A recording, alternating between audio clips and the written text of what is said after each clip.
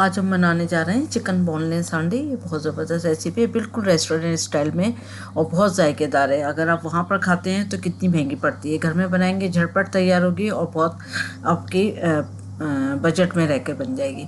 अच्छा, यहाँ पर ऑयल लिया है मैंने 1 कप, लेकिन ये रेसिपी का ख़ास पहलू है कि आपने इसमें 1 कप ही ऑयल यूज़ करना है और फिर बाद में आपने इसको निकाल लेना है और फिर किसी भी खाने में आप इसको यूज़ कर लिए। यहाँ पर लहसुन लिया है बारीक काटा, 6 कलियाँ ली थी लहसुन का, उसको बारीक काट दिया। इसका कलर नहीं चेंज करेंगे, बस हल्का सा इसको फ्राई करा है और उसके बाद इसमें हमने 1 किलो चिकन के क्यूब्स डाल दिए बोनलेस।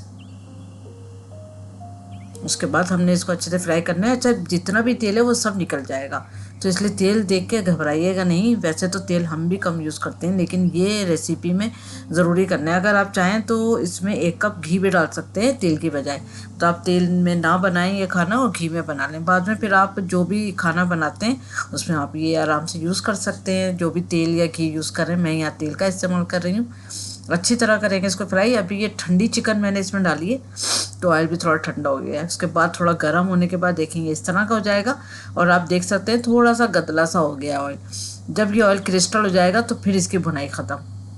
तो अब ये देखें, आप देख सकते हैं कि ये जो ऑयल है वो एकदम क्रिस्टल हो चुका है और चिकन भी हमारी अच्छे से भून चुकी है। तो हमें यहाँ पर 10-15 मिनट हमने इसको अच्छे से भूना है। अब इस तरह से हमने ऑयल को अच्छे से निकाल लेना है।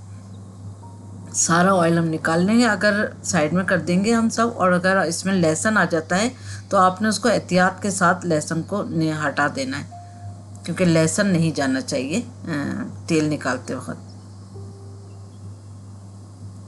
या तो आप छन्नी से छान लिए तो, या फिर आपने इस तरह से स्पून को टेढ़ा करके आपने तेल निकाल लेना है।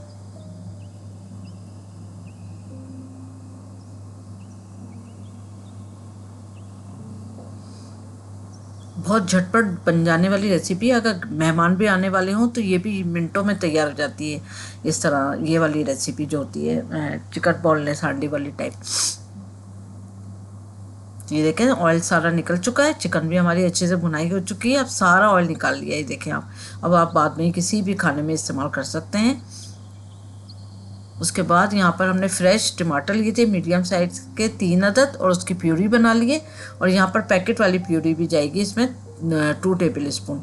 तो इससे कलर भी अच्छा हो जाएगा, इससे टेस्ट बहुत अच्छा होता है। और वैसे भी इसमें टमाटर ज़्यादा चाहते हैं तो, लेकिन थोड़े से इसमें प्यूरी भी जाएगी बाज़ार वाली, तो वो बहुत अच्छा इसमें टेस्ट देगी। अब यहाँ पर इसको हमने थोड़ा सा मिक्स करेंगे, लेकिन चिल्ली फ्लेक्स डालिए, कुटी हुई लाल मिर्च 1 टीस्पून, नमक 1 टीस्पून। अच्छी तरह से यहाँ पर करेंगे इसकी भुनाई। देखें, अच्छी तरह हमने कर ली है इसकी भुनाई। अब यहाँ पर बाकी के मसाले जाएंगे, तो भुना हुआ पिसा हुआ जीरे का पाउडर 1 टीस्पून, भुना हुआ धनिया का पाउडर 1 टीस्पून, काली मिर्चों का पाउडर जाएगा 1 टीस्पून। ना इसमें कोई हरी मिर्च जाती है, ना इसमें कोई हरा धनिया जाता है। बस चंद चीज़ों के साथ ये रेसिपी रेडी हो जाती है और उतनी ही जायकेदार है, उतनी ही मज़ेदार। बच्चों को भी बहुत पसंद आने वाली है। आपको पता चल गया है कि अभी मेहमान आने वाले हैं, झटपट आपने इसको रेडी कर लेना है। तो बहुत आसानी के साथ बनने वाली रेसिपी है। 1/2 कप यहाँ पर हमने दूध लिया है और 3 टेबल स्पून इसमें हमने क्रीम डाल दी है। अगर आपके पास क्रीम नहीं भी है तो घर की मलाई जो होती है आप वो भी यूज़ कर सकते हैं इसमें, और दूध के साथ ही मिला के इसमें डालिएगा। और जब आप ये, अगर आप चूल्हा बंद करते हैं और जिस टाइम पे आप इसको डिश आउट करेंगे और अगर आपको लगता है कि वो जो है गाढ़ी हो चुकी है आपकी चिकन, तो फिर आपने इसमें दूध डाल देना है और दूध के साथ ही आपने इसको थोड़ा सा उसमें ग्रेवी बनानी है। अच्छा, यहाँ 3 टेबल स्पून इसमें मक्खन जाएगा। मैंने 3 टीस्पून डाला है, लेकिन रेसिपी की रिक्वायरमेंट है कि आप 3 टेबल स्पून डाल सकते हैं, क्योंकि ऑयल भी सारा निकाल लिया।